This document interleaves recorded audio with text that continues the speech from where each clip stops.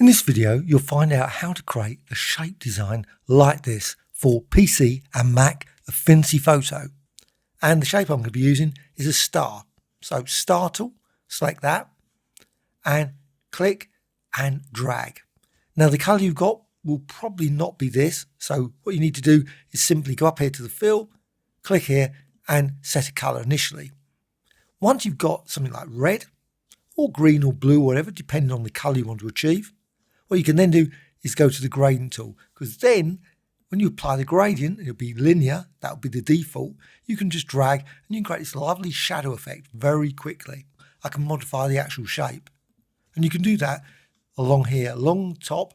You've got lots of options. Now you can modify inner points, inner radius. So let's just modify that.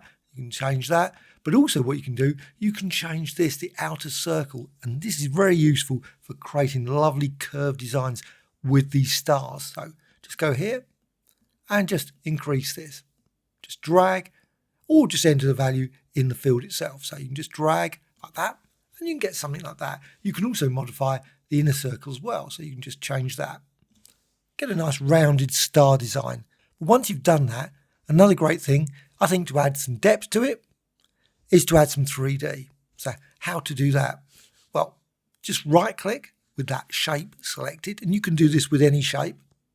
Right click and then go to layer effects. You can also go to the layer panel.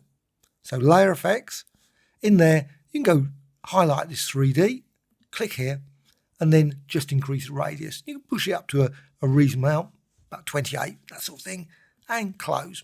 So you've got that design, which is a pretty unusual shape, pretty useful shape that you can use in all kinds of different things. But what you can also do is you can rasterize it, turn it into a single pixel layer. Don't have to keep it as a shape anymore. So right click again and you can go down here and there's rasterize and trim. So click that and it will come up with this panel. And just click here, make certain that's turned off and rasterize. And it's a pixel layer now. And what you can do, press return or enter on the keyboard.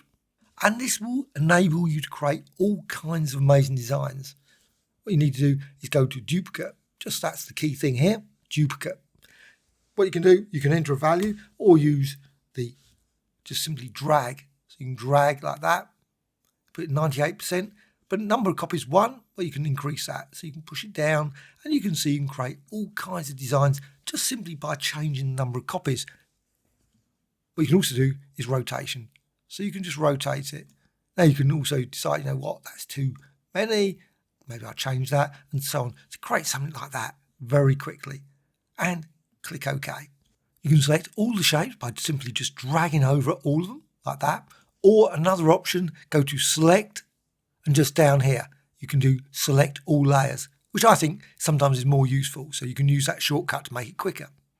Once you've done that, right click and you've got this option here for grouping. Group and then right click again and you can go down here to rasterize and trim and there is your end shape. Now this design can then be used in brushes, maybe saved to your assets, exported, used as pattern designs and much more. If you want to find out more about patterns, check this video here.